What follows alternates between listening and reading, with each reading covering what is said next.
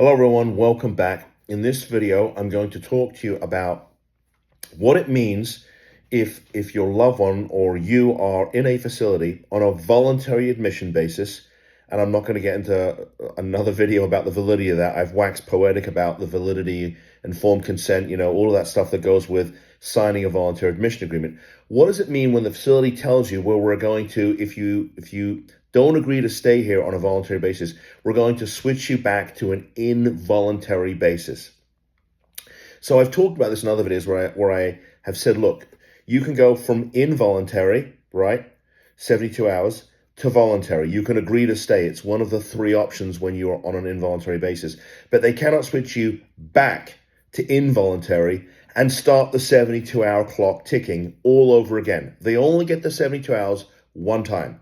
Okay, so I want to clarify this so that we're all on the same page, because I think the term involuntary, frankly, gets abused. So again, and you can look this up for yourself, 394.4625. Okay, and there is even a section there, transfer to involuntary status. But what that means is that when you're on a voluntary basis, okay, and consent is revoked. And again, I've talked about this in another video. You should let me do that and not your loved one do that, or you try to do it on their behalf.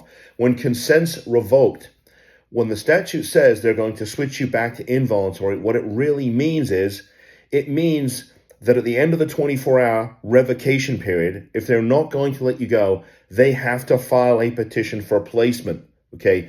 They have to tell the court that they intend to keep you for an extended period of time, anywhere between 0 and 6 months, and now the court has to set a hearing. Okay, so there's a difference here between they file to keep you and they start the 72-hour clock ticking. Okay, so if they tell you they're switching you from voluntary to involuntary, what it should mean is that they're actually filing a petition to keep you for an extended period of time. Now, because number one, nobody knows you're there. Remember, the facilities don't report to anybody. There's no oversight. And number two, as a general rule, you can't sue them for any of this stuff because they're an agent of the state and therefore they enjoy immunity. And the statute specifically says they enjoy immunity. And I've done a whole video on that. Because they enjoy immunity, they don't care about following the law. So sometimes what will happen is they'll say, oh, we're going to re-Baker Act you, okay? We're going to put you back into an involuntary status and start the 72-hour clock ticking all over again. That is illegal.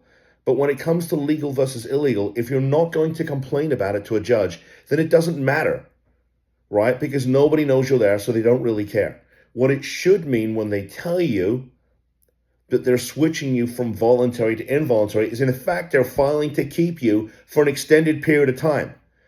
Okay, and that should make you really nervous, okay? So this really all ties into my philosophy, which I have said over and over and over again, which is the time to fight to get your loved one out is right now. As soon as they're taken, you should fight to get them out. Because otherwise, if you don't, you run the risk that they will be abused emotionally, potentially physically, and worse yet, that they could be stuck there for a long, long time, especially if they have health insurance, because this is how these unscrupulous facilities make money, and nobody knows your loved one's there, so your rights are literally just ink on a paper. When it comes to rights, you got to enforce them, and the way to enforce them is to drag these guys into court and tell the judge what's going on. But if you're not prepared to do that, if you're not willing to do that, then unfortunately your loved one's going to get stuck. And I don't say that to sort of frighten you or just, to make you think, oh, well, Ass is, telling me how it is and I have to take it that way. Because I had my own family member Baker acted, and I've talked about that too. And it just it happened 2 days after I lost my father. And I was there when it happened. So I know the Baker Act on a very personal level. But the bottom line here is you got to fight to get them out. Otherwise, you run the risk they're going to get stuck because nobody knows they're there. The facilities don't care. They don't have to follow the law, and you can't sue them. So anyway, I appreciate you tuning in. Nice to see you again. See you in the next video. Bye-bye.